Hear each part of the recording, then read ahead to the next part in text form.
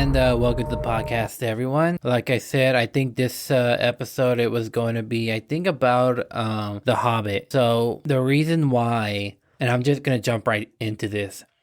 The reason why I chose to do The Hobbit is because for the next 3 years, starting December of next year of 2026, the Lord of the Rings trilogy is getting a 25th anniversary for the next 3 years. So what I basically mean is that like next year will be the 25th anniversary of the Fellowship, then following year will be the 25th anniversary of the Two Towers, and then next one will be the 25th anniversary of Return of the King. All three movies which I really, really love, and I really hope to cover each film each season, depending if my my podcast goes for that long. The other thing I want to talk about, why I'm talking about The Hobbit now, is because The Hobbit came out before The Lord of the Rings, not the movies, but the book. The book of The Hobbit was the one that started it all, and I think it's the only book of Middle Earth that I've actually read. I've never read the other, I never read the Lord of the Rings book, but that's okay because I already plan on not doing compare and contrast for those three movies. I got a lot of better ideas, but for The Hobbit, I'm gonna do that because it's the only one I've ever read, and it just piqued my interest because in 2012 when The Hobbit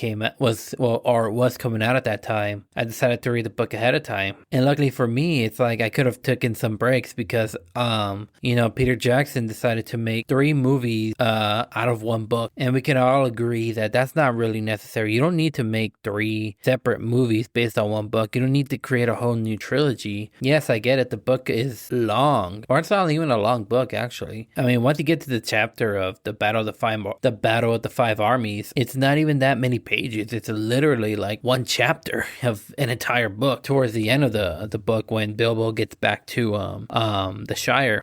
So what can I say about The Hobbit? Well, all I can say is that I'm not a huge fan of the series, to be honest with you. I mean, I've seen them all in theaters. I've only seen the extended version of The Desolation of Smaug and the Battle of the Five Armies. I haven't seen the extended version of The Unexpected Journey, considering that Max doesn't have it right now. But I've seen some clips of it online when people who are seeing those movies for the first time, they're watching the extended version. So I kind of know, or I kind of seen like some of the clips that were from the extended version of An Unexpected Journey. The other reason being why I'm not a huge, like, I don't hate the movies. I watch the movies. I get, it's one of those movies that you get, like, if you need to kill a couple of hours, then just put that one on. That's what the Hobbits are to me. They're not the Lord of the Rings, where I'm always emotionally invested in the Lord of the Rings than I am with the Hobbit. So the reason why I'm talking about the Hobbit is because, yeah, like I said, the book came out before the Lord of the Rings, and I figured, why not just talk about the Hobbit before I even talk about the Lord of the Rings? Because I'm really excited to talk about them. And considering that, like, each year I have to wait probably 3 years to talk about Return of the King, which is my favorite of the trilogy. I think in fan bases, I believe the Two Towers is everybody else's favorite, and I think there are people who really love the Fellowship of the Ring. And I think it's like one of those trilogies where it's like it doesn't even matter if you could disagree because we all love them. It's just that we're just drawn a lot more to one film over the other film. So to my point, or what I'm getting at is that we could just talk about The Hobbit, just go in order and talking about The Hobbit before we ever talk about the Lord of the Rings. And even that's not even what was I going to say? It's just how it goes, because there was even a Hobbit animated movie for about an hour. It's like an hour. That came out in 1977, I believe. And, the animation's weird. Bilbo looks weird. Gollum definitely looks weird. Yeah, so do the dwarves. The dwarves look weird. The elves look weird. Everybody looks weird. And I think it's just because we're so I was so used to the, the animated, or not the animated, the live action versions of these characters in the world of Middle Earth. To point things out, yes, there was a Hobbit one. There was also a Lord of the Rings animated movie, and it was only covering the Two Towers, the Fellowship of the Ring and the Two Towers. And I saw that movie, the animated Lord of the Rings movie, before the Two Towers ever came out. So I already knew that. Like, before I ever saw the Two Towers in theaters, I already knew that about Gollum, and that Gandalf came back, because right where it ends, where Boromir got shot, and Frodo and Sam have to do the adventure now by themselves. I was like, shouldn't this story end here? Because I didn't even know there were sequels to this at the time. Like, I was 5 years old when the first film came out, and I can't say I barely remembered anything. I mean, I was 5 years old. How often do 5-year-olds remember anything big like The Lord of the Rings? I just remember loving it so much. And then, of course, the Two Towers, and then The Return of the King, which, I mean, I really loved The Return of the King. My dad loved The Return of the King, or maybe The Two Towers. I definitely don't remember. Yeah, so if you've ever seen the animated one, it's actually pretty interesting. It's pretty, like, it's a different take. Again, this came out long before Peter Jackson. And it's interesting because, like, Peter Jackson, like, those who kind of knew about Peter Jackson long before Lord of the Rings would have been like, really, this guy is directing the Lord of the Rings films? And it's because, and I'm definitely going to be coming back to it when I talk about the Fellowship of the Ring. It's because Peter Jackson was he was a horror filmmaker, a very indie horror filmmaker before he ever did the Lord of the Rings. So he never really directed anything in such a big scale as the Lord of the Rings did. And obviously, as you could tell, like, I'm pretty sure he definitely took his time making the Lord of the Rings. I mean, that has to take years to master. And I think he shot everything all in 1 year. So every film, all 3 movies he shot was in the same year. And I'm pretty sure same thing goes for The Hobbit too. So I know some people are going to ask me, well, what is about The Hobbit that you're not a huge fan of? And the thing is that, like, it didn't have that same magic as Lord of the Rings did. At least I didn't feel that same way. Obviously, the 3 films made from one book. It should have just been one book. There's that. And then there's obviously the special effects of The Hobbit. In the Lord of the Rings, it was like the orcs were people, like they were actually people in makeup and prosthetic. The only time there was ever really CGI for the Lord of the Rings is to add on the numbers of orcs or armies of people. And this one, the orcs, they're CGI, and I don't know what went wrong, especially the Pale Lord, Azog, I think that's how you say his name. Every time I go back to it, it's like, damn, like it doesn't have that same feel. So I don't know why Peter Jackson decided to use CGI for the orcs. I guess maybe because, like, it was what everybody was doing. But I mean, look how the effects were back then with the Lord of the Rings versus now, and really for a lot of films. Like, look at the special effects then versus now. Then more holds up to what now is. But yeah, the other issue that I have is, like, there are different plots and characters and stuff like that aren't even in the book. So, like, Tauriel, which is the she-elf in the second and third movie of The Hobbit, she doesn't appear at all in the book. And there's no, like, love triangle between her, Killy, and Legolas. And Legolas also does not appear in the book. And then Lady Galadriel, who is also in The Lord of the Rings, does not appear in The Hobbit, the book, as she does in the movies. Neither does Saruman. I'm sorry. Neither does Saruman. Sauron isn't even mentioned in The Hobbit because he wasn't even created. Like, when J.R.R. Tolkien wrote the book, I mean, he had an idea, maybe this ring that I'm putting in there, this invisible ring, can add on to the stories that I want to create. And that's pretty much what it was. The idea with Sauron wasn't even in the Hobbit book. And I'm already doing compare and contrast. There's a lot more to explain. I'm probably going to come back on them too. But yeah, that's kind of like a couple of the reasons why I was never a huge fan of the series. Like I said, I can watch it mainly just to kill a couple of hours because I can be bored out of my mind. That doesn't mean like there's nothing that's good to say about it. There's plenty of good to say about The Hobbit. I mean, Martin Freeman, who played Bilbo in those movies, I mean, he definitely was really, really great as Bilbo. Playing a character who starts off like, because it's mentioned in the books how, like, hobbits never really, like, leave the Shire because they're not built for adventure. I mean, gotta understand, hobbits are, like, less than 4.5 feet tall. And, him having, it's like that fish out of water situation.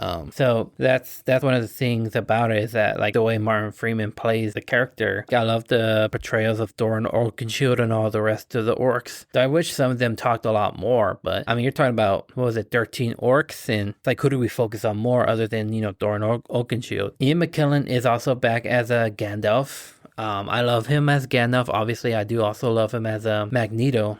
There's that. The fight scenes, though, yes, a lot of it is CGI. The fight scenes are still pretty cool. And yeah, I mean, even some of the shots of the locations, because yes, there are some locations that are CGI, but there are some that aren't. And that's also the beauty of the Lord of the Rings, is because if y'all don't remember, the Lord of the Rings and the Hobbit films were shot in New Zealand, because that's where Peter Jackson is from. And that's my goal one day, is to go to New Zealand. I want to go to New Zealand because I want to, I mean, The Return of the Kings is definitely in my top 5 favorite films of all time. So, I mean, that's kind of the reason why. That's a bucket list. I've also never gone international. I've only been in Canada and Mexico. I've never been over waters. Now, here's the thing. Within the past year, I started to develop some anxiety. I just discovered that not too long ago. And it's that thought of like, I'm also like in the not claustrophobia either. I don't want to make it that way, but like, no, I'm in a space,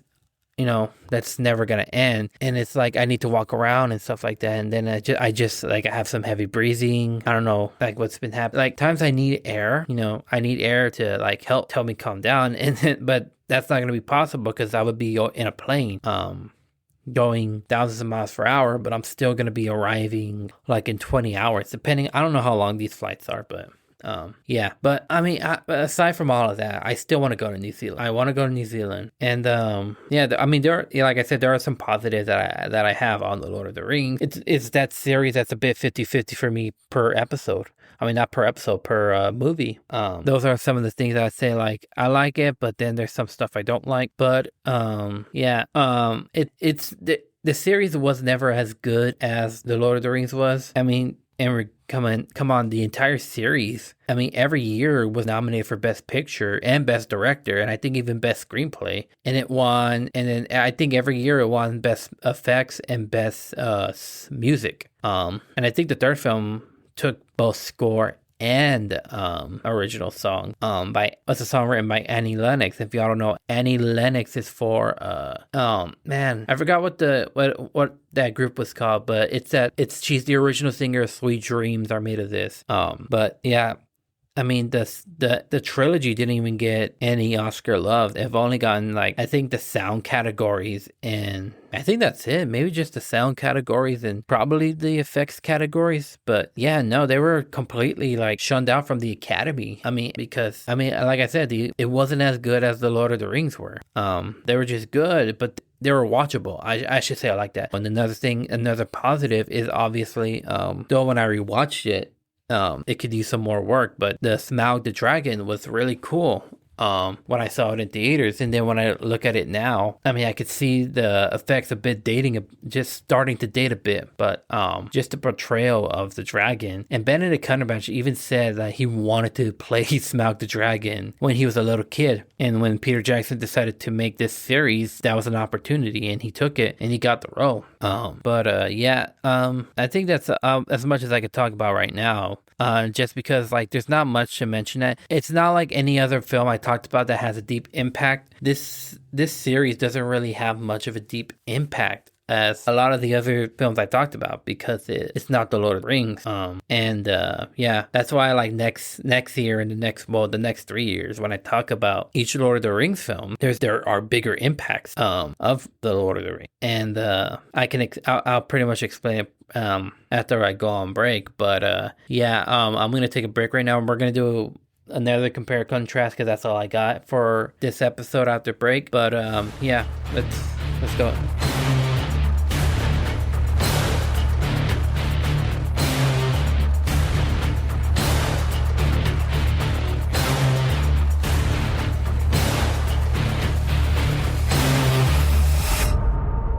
All right, so yeah, let's do the compare and contrast. All right, so in the hole in the ground, there lived the Hobbit. That's literally how both of them started off as. I think even the animated feature, because like I said, I should have mentioned this, or I should have also focused on this as well. Like I said, there was an animated feature of the Hobbit. I should have mentioned about the differences between, well, okay, well, since I'm already on the contrast, luckily there's 2 other adaptations of The Hobbit. So we got the animated one, and then we got all four movies. So technically 4 movies, but really all 3 movies by Peter Jackson. I will say like I would have preferred to see like what was it? I would have preferred to see like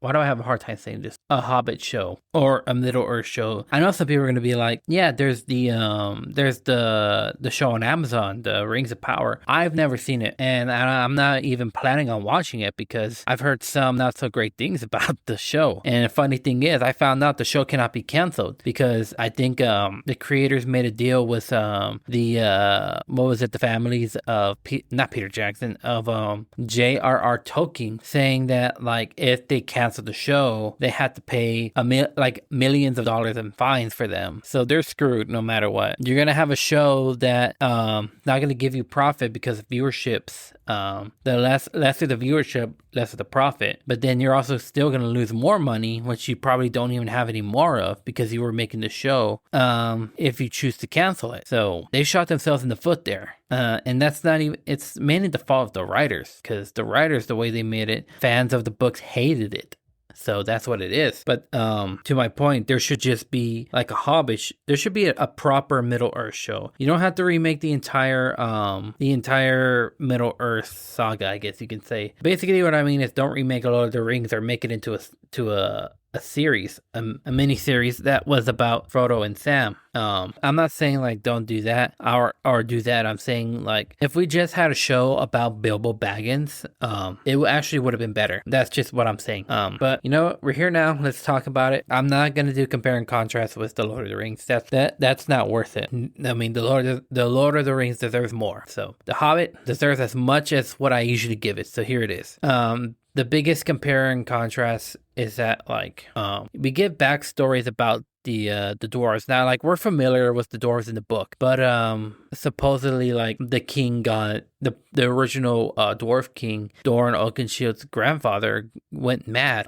Now if people are familiar with the lore, because I wasn't too familiar, you're talking to a guy who's been watching these movies since he was 5 years old, but I didn't know how much lore there was. Like I didn't know that this is the third age of Middle Earth, that there's a first age which is the creation of Middle Earth, the second age where it's Sauron, and then the third age, which is everything now.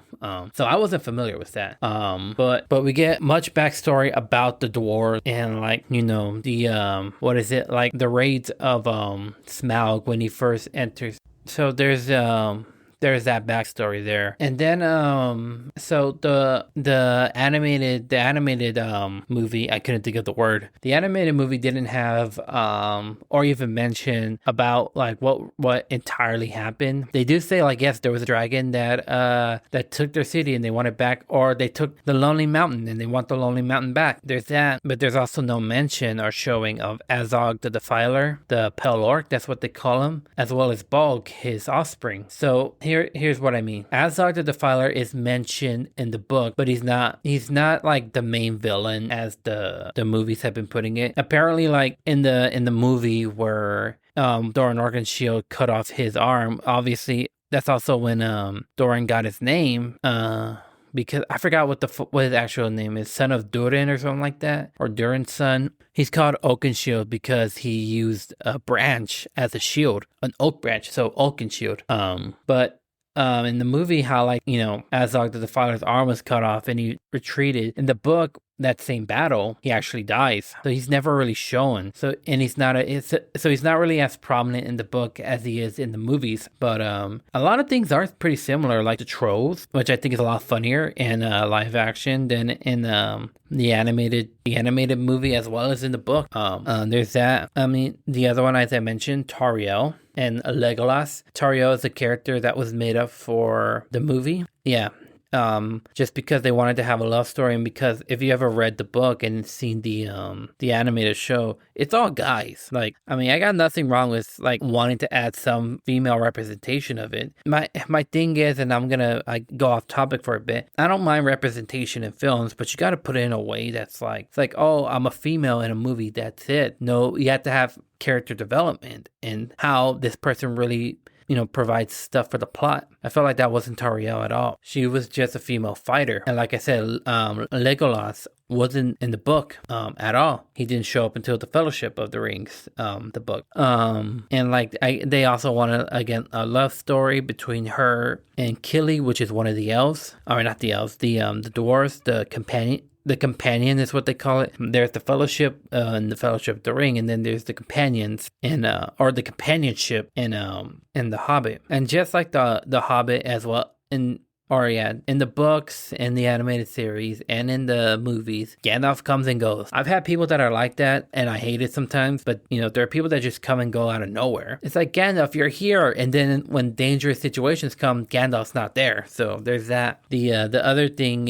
one of the other big differences is, Bog. Bog is, again, not the main villain. He kind of doesn't show up until the battle towards the Battle of the Five Armies, if I can remember. He's not mentioned in the animated movie, and he's introduced early in in the second Hobbit film, The Desolation of Smaug. And Bog apparently is I forgot what his full name is, Lawrence something, Lawrence Marier. I'm trying to remember. If y'all don't know who I'm talking about, he's the guy who played one of the orcs that killed Boromir in the Fellowship of the Ring, as well as the Witch King in The Return of the King. He was a pretty interesting guy I've encountered with at Big Texas Comic Con. He was a pretty interesting story about his tribe in New Zealand and him growing up Roman Catholic. But he came out in the Hobbit series as Bolg. The one person that was omitted from. Well, there's a lot of people that were omitted from the animated film was I think his name is Bard. No, not Bard. Give me a second, because Bard is the man that we're gonna eventually talk about. He's a bear. That's all I remember. He's a bear in The Hobbit. Beorn, that's his name. His name is Beorn. He's a skin changer. I guess that's their way of saying a skin shapeshifter who mainly transforms into a bear. He's more hospitable in the book, but I think it's been a while since I read the book, so don't give me flack, guys. All right, but if I remember, he's a little bit more hospitable in the book than he is in the movie. In the movie, he's very especially in the extended version, he's like, "Who are you? I know nothing of you. I hate dwarves, but I hate orcs most of all." Like, he's that person. Another big difference is the movies introduce a character named Radagast the Brown. Now, Radagast the Brown is not in the book, but he's mentioned multiple times in the Fellowship of the Ring. That's what I heard. And obviously he's not so because he was never mentioned in the Hobbit the book, he's not going to be in the animated the animated movie. But and apparently, he does go Radagast. I think Radagast isn't as crazy as in the book as he is in the movie. I mean, like I said, I didn't really read the Fellowships of the Ring or any of the other Lord of the Rings book. I just looked up who was this guy, and apparently that's that was Radagast the Brown, was just I guess the character that Peter Jackson just couldn't fit into the story, so he put him in the Hobbit, and that's not surprising. There's plenty of that's not surprising. There is plenty of I'm trying to think characters that in the books that never made it to the movie. There was actually, there's a guy named Tom Bonderbilt or something like that from the Fellowship of the Ring that fans really liked, but never showed up in either the animated movie or in the movie itself.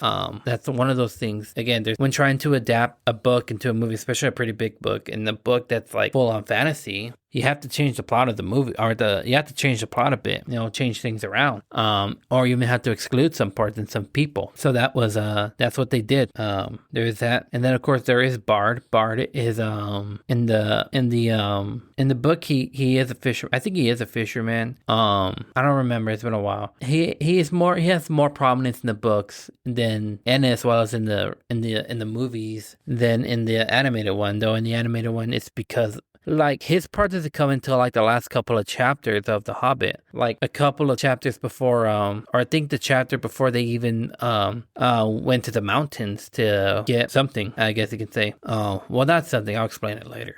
But Bart I don't know. I don't remember too much of the book, but I think Bart does mention having a kid, but it's never entirely. But I don't think they ever showed the kid. They don't say that he has kids in the animated movie, and in the movies he has 2 girls and a boy, which is literally that's me and my sisters, 2 girls, 1 boy, and as well as in the movies, he's also a widower. He lost his wife. I will say Luke Evans actually portrayed that character well. He actually reminds me of Legolas. I guess he kind of does remind me of Orlando Bloom for a little bit, but when you see the two together talking in the Battle of the Five Armies, it's very interesting. So there's that. The other big difference is so I know there's mentions of the Arkham Stone in the book. I don't think it was ever mentioned in the animated movie. I know there was a big mentions in that was actually the main artifact that I was trying to mention earlier. That was the main artifact that they were trying to look for the entire time in all 3 movies, because that's like the actual treasure. But in the book and in the animated series or the animated movie, it keeps calling it an animated series. When Bilbo goes into the mountains, he retrieves a golden chalice, and that's what awakens Smaug. Well, really, it's kind of the same thing in the movie, in the Desolation of Smaug, but it's because in the book and as well as the animated movie, he just grabs it and then Smaug awakens as if like he senses it. And the animated or in the movies, the reason why Smaug wakes up is because Bilbo again does grab a chalice, but when he grabs it, it kind of like makes all these golden coins fall, and then that's actually where Smaug was also hiding. So he kind of just disturbed Smaug's hiding spot. And as I mentioned earlier, Sauron is not mentioned in the books.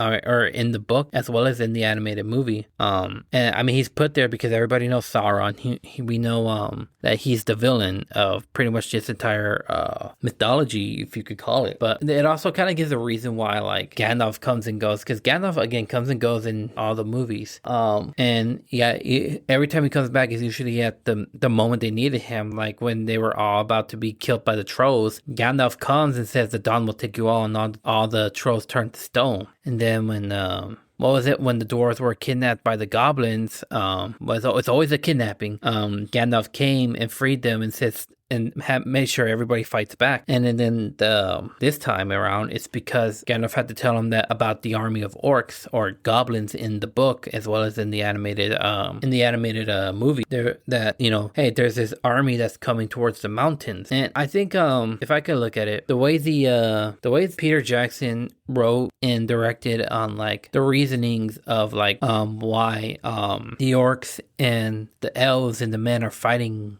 not against each other, because why the elves and the men are fighting against the dwarves. I mean, if you know the story, you know that like Thorin said, if you allow us to go to the mountains, we will get you all portions of the treasures. And he goes back on his word, and even Bilbo's trying to say like, you gave them your word. And the other reason being is because Smaug destroyed the lake town, which is where Bard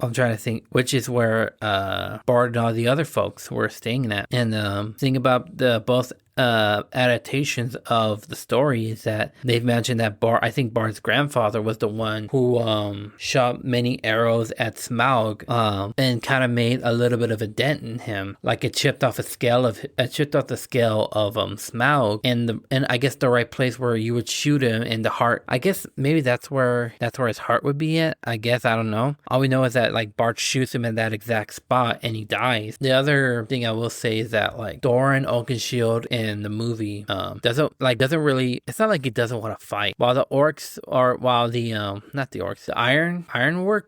Ironwood, the other dwarves, which is led by Thorin's cousin who will eventually become king, it's his army that's fighting, and Thorin's not doing anything about it, like telling the companions, don't fight, don't go out there, just stand down. And he's just he's mad with the riches, and it's something that all the other dwarves kind of what's the word I'm looking for, warn Bilbo as well as Thorin about, is that like all this riches is kind of the reason why your grandfather became mad in the first place. And then obviously when Thorin comes to his senses, he says, okay, we're gonna go fight with our men, with our kin. And the other big difference is like I said, Azog the Defiler is more in the Jackson verse, you can say, than anything else, because Azog obviously dies in a backstory. His son Bog is the one that leads the army to the Lonely Mountains, where it's the the elves, the dwarves, and the men fighting against the orcs or the goblins. And I think this is also the only time, because the last time elves and men fought with each other beforehand was obviously the fight against Sauron. Because I think that's the moment like Thorin in the book as well as the animated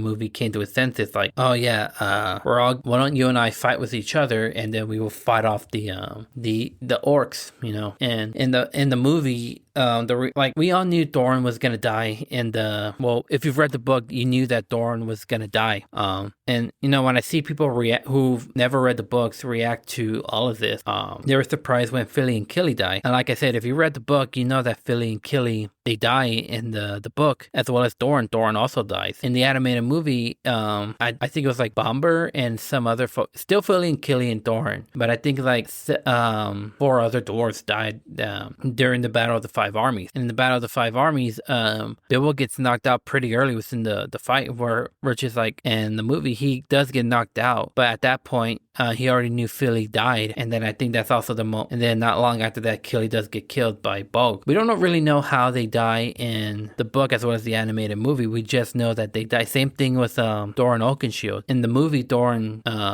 he lets himself get stabbed by Azog in order for him to stab Azog back. In the book as well as in the animated movie, it's just mentioned that Philly and Killy, along with all the other ones, but mainly, you know, Philly and Killy in the book and Thorin, they just were wounded and they died. And all three adaptations, or you know, all 3 versions of Thorin, I guess you can say, will say, you know, asking Bilbo to forgive him for, you know, the way he treated him and stuff like that. And another thing back to earlier, and this is also because of like the way Jackson did with the Lord of the Rings. In the book as well as the animated movie, the eagles actually talk. They don't talk in the live action movie. They always do come in helpful. I do kind of wish they come in helpful early on, because think about it, every time you watch not the animated movie, but every time you watch any of the movies by Peter Jackson, you always just think, like, especially with like the Battle of Minas Tirith, that, I mean, if you've seen the movies, you know what I mean. If you haven't, go watch the movies, y'all. I mean, I would have said go watch the Hobbits, but if y'all want to watch the Hobbits, y'all can watch. If y'all want to watch the Hobbits, then yeah, that's a y'all decision, not me decision. I can't tell you what to watch and not watch, but I'm saying go watch the movies real quick before I even try to get too much into the Lord of the Rings, because what I'm going back to is that the Battle of Minas Tirith or Helm's Deep, I just go, man, I wish we had the trees and we had the eagles with them, because it would have been a faster and quicker fight, as well as with the army of the dead that Aragorn summoned. But still, I mean, I know there's plenty more to talk about, so I'm gonna think of a lot more just to kind of extend things going on. But I guess the other thing I can say is that, like, Gollum is just so weird in the animated movie. He looks like a frog. Like, he actually looks like a frog. And I think he looks a lot taller too, considering he's supposed to be a hobbit, or was supposed to be a hobbit. And some people who, again, they've never read the book, so it's not their fault that they didn't know that Gollum was gonna be there already, because that's obviously when Bilbo gets his ring. And we know, like, when Bilbo puts on his ring, he just turns him invisible, and they're all like, oh, he's gonna see the eye and stuff. Well, no, because here's the thing I found out. Not even Frodo sees the eye or is haunted by the Eye of Sauron in the books. Apparently that's just something they put in the movies, but Peter Jackson had to, like, accommodate for that later on in The Desolation of Smaug, when Smaug says, I know you have something on you, something that's very precious, and Bilbo can, like, sense Sauron for, like, that moment. But I mean, he doesn't appear back again, and that's because Lady Galadriel kind of like banishes back to the shadows or something like that. I don't know. I do kind of wish they extended a lot more with Sauron and Saruman, because Saruman says, because in the movies as well as in the extended version, Gandalf gets kidnapped and has to be rescued by the council, which is Elrond, Saruman, and Galadriel, and as well as getting saved by Radagast the Brown. And I don't know what the heck Lady Galadriel did, but whatever she did, put Sauron in a box, for not an actual box, but I mean, like, it kind of concealed Sauron in the shadows until he ever came back, which is obviously 60 years later. But for a moment, Bilbo felt like Sauron's presence, but then he eventually had to put the ring on to get the Arkham Stone. Like I said, the Arkham Stone, I don't think it's ever mentioned any time in the animated movie. Because in the book as well as in the animated movie, he's like, Thorin asked him, go bring back something, you know. So the chalice was was the one thing he brought back, and everyone was like, oh man, this is the treasure, one of the treasures. In the live action movie, he's like, we need that Arkham Stone, which everyone has said that's what drove Doran's grandfather mad. I guess the other thing is there was supposed to be like a big fight. There was a big fight between the dwarves and who was it? And Smaug, which is like one of them thinking they can like encase him in gold or something like that. I never understood the plan too much, but it's pretty much what pisses him off a lot too, where he decides, I'm gonna go give Lake Town a visit, and he says, I am fire, I am death. I will say, and I'm pretty sure everybody who's seen the movie will also say that like the way the second movie ended, everyone was like, what? Because it just says, I am fire, I am death. Bilbo's like, oh my gosh, what have we done? And then it just cuts to black. It's like, wait, are you serious? That's the moment. That's like when the movie starts with a cliffhanger or ends with a cliffhanger, you're like, oh gosh. So that's really like that drive to, we got to see what's going to happen. I mean, if you read the book, you know what happens next. Another thing, and my gosh, I kind of wish I forgot about them, but I kind of have to mention them. There was that King of Lake Town that was played by Stephen Fry, and that weasel of a man named Alfred. I don't know why Peter Jackson had to cut Alfred's death in the Battle of the Five Armies, because in the Battle of the Five Armies, we just all assume that the coward Alfred, if you've seen the movies, you know what I mean, this cowardly man named Alfred, just puts on a dress, takes some of the gold, and leaves, right? Well, apparently in the extended version, he accidentally gets catapulted into, I think, I think he gets catapulted into like a troll's mouth, and the troll, it's hard to say, the troll chokes on him, but also Alfred is suffocating because there's I think a blanket that's wrapped around him. So they both die of suffocation. I was like, why did they have to cut that? And we had to see in the extended version because everybody wanted to see that dude die. Everyone wanted to see him die. He was a coward, a weasel, someone that's just like controlling. Okay, rant over. But yeah, those two folks were made up by Peter Jackson. I kind of wish they weren't, but it's whatever.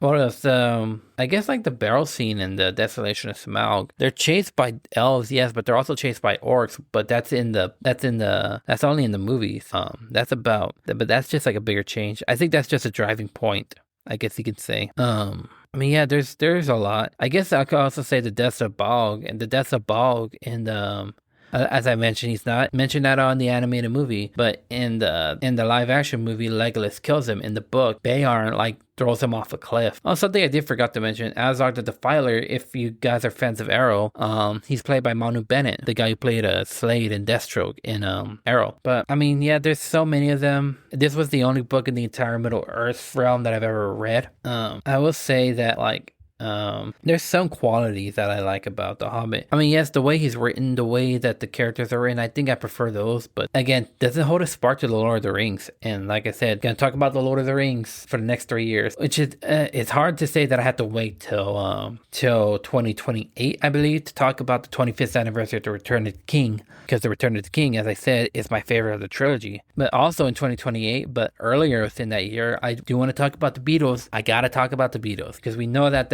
those 4 movies are coming out the exact same day on the exact same year. So 2028, if my podcast is still going, I definitely want to talk about them. But I think that's all I could talk about for this episode. But I know it's not the best, but hopefully if things get in order, I might have a really, really fun mid-season finale, I guess you can say, or the end of the year episode before we go on winter break, and then I come back like in January. But be prepared for that one.